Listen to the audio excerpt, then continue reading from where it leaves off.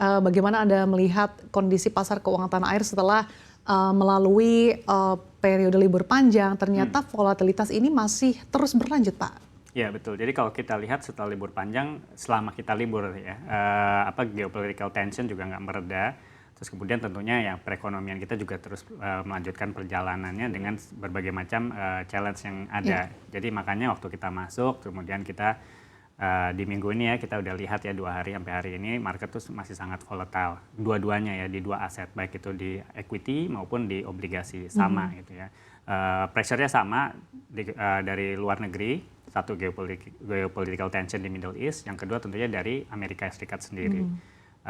Di Indonesia ya kita punya challenge sendiri ya, beberapa challenge sendiri yang kita tahu sekarang rupiah melemah cukup tajam. Terus kemudian hari ini mungkin ada BI rate decisions juga. Terus kemudian kalau di equity ada yang very spesifik juga menjelang akhir bulan mengenai MSCI, final MSCI rebalancing. Kita udah tahu apa yang harus dilakukan, tapi kemudian yang kita anticipate berapa besar akan ada net outflow karena penyesuaian itu. Kalau Anda lihat sejauh ini bagaimana sih Pak tren outflow-nya sendiri, karena kan baik IHSG maupun rupiah ini sama-sama tertekan cukup dalam, bahkan untuk rupiah sendiri saja sudah terlemah sepanjang sejarah. Betul, jadi kalau kita lihat year to date itu equity itu net outflow 3 billion US dollar. Bond itu government bond ya, mungkin sekitar 600 juta, ya oke lah ya, 600 juta. Terus kemudian, tapi kalau kita bandingkan dengan SRBI, sebenarnya dia inflow di atas 6 billion US dollar. Sebenarnya kalau dari financial account tuh ada net inflow sekitar 2,7 billion dollars.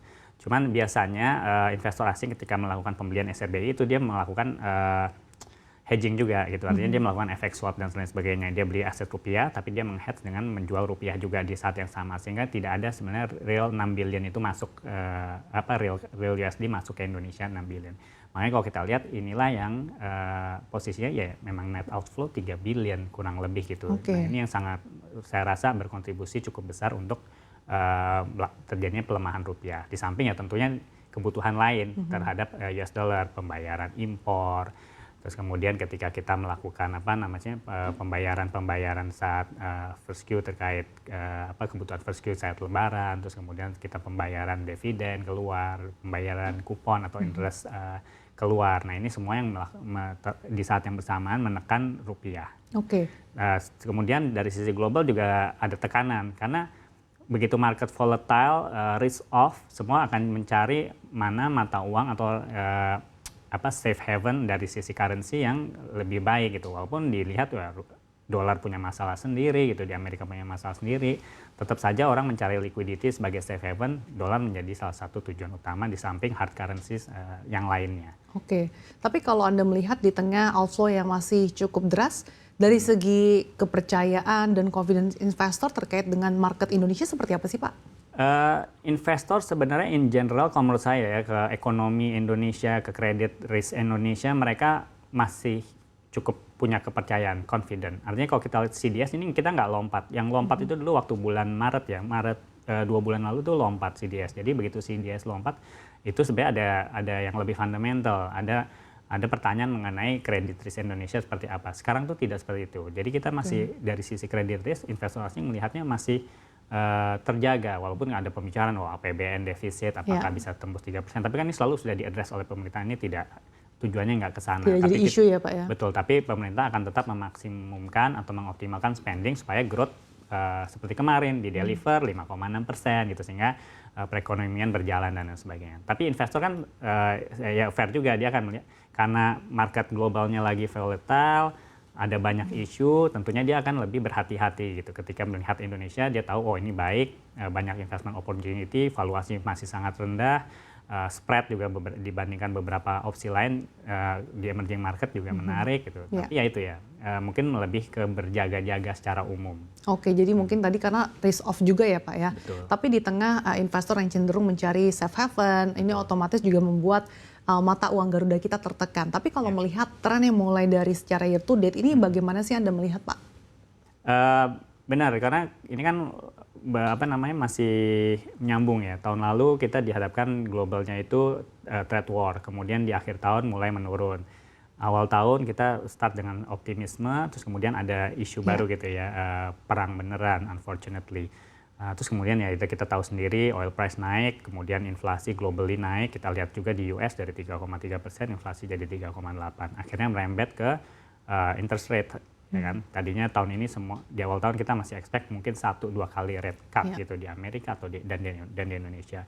Sekarang basically yang kita lihat adalah kita mesti melupakan itu gitu. Realitasnya rasanya sudah tidak memungkinkan. Amerika yang harusnya akan menjadi pendorong rate cut tidak bisa. Maksudnya unemployment rate juga nggak naik lagi di sana. Terus kemudian tadi inflasinya malah naik. Kemudian juga dari sisi corporate profitnya rasanya juga masih solid gitu. Jadi tidak rasanya faktor-faktor yang mendorong mereka untuk melakukan rate cut itu juga semakin melemah, semakin berkurang. Jadi udah nggak on the table lagi rasanya sekarang rate cut. Indonesia sendiri masuk ke Indonesia dengan adanya kita pelemahan rupiah dengan berbagai faktor yang tadi kita sudah discuss, probability untuk rate cut itu juga semakin hilang. Jadi sekarang menurut saya investor ada baiknya ya udah kita play skenario baru yaitu rate hike. Gitu. Nah itu lebih realistis menurut saya.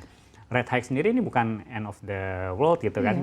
Kita melihat rate hike ini berkali-kali dan itu bagian dari dinamika atau pengelolaan keuangan nasional.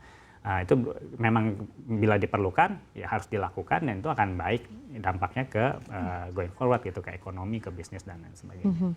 Tapi apakah nantinya ini kalau misalkan arah kebijakan moneter global berubah menjadi tadi suku bunga tinggi akan kontraproduktif Pak dengan arah kebijakan ekonomi?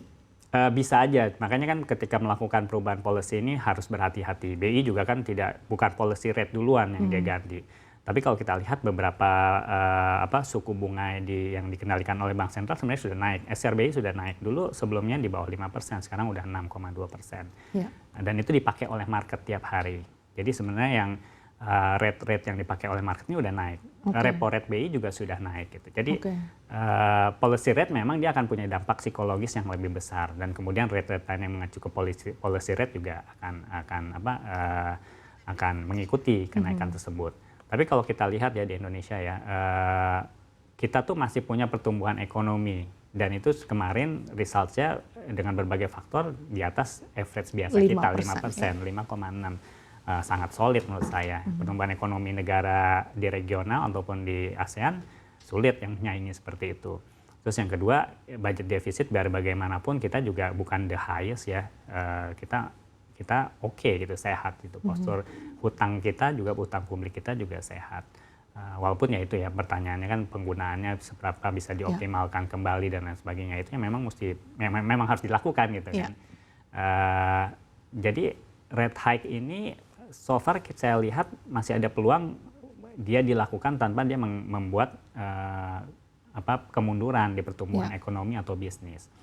Di bank sendiri rasanya dia masih punya absorption juga. Artinya kalau kita lihat liquidity perbankan ini masih cukup tinggi. LDR juga belum tight banget. Jadi ketika ada rate hike dia masih punya room untuk tidak serta-merta menaikkan lending rate tapi juga tidak menggerus profitabilitasnya dia.